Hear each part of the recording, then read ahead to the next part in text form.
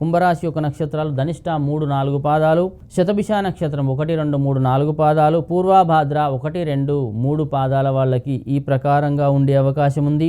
చేతిలో ధనం లేని సమయం నుండి ఇప్పుడు ధనము ఖర్చు పెట్టడానికి ఎలా ఖర్చు పెట్టాలి, ఇంత ధనం ఉంది కదా అనే స్థితికి మీరు చేరుకునే అవకాశం కనిపిస్తుంది. సకాలంలో ధనం అందుతుంది. సొంతంగా మీరు మీ ధనాన్ని మీరు సంపాదించుకుంటారు, ఇతరులపై ఆధారపడరు. కొంత ధనాన్ని మీరు దాచిపెట్టుకుంటేనే ఉత్తమం. ఈ వారంలో వివాహాది శుభకార్యాలు చేస్తారు.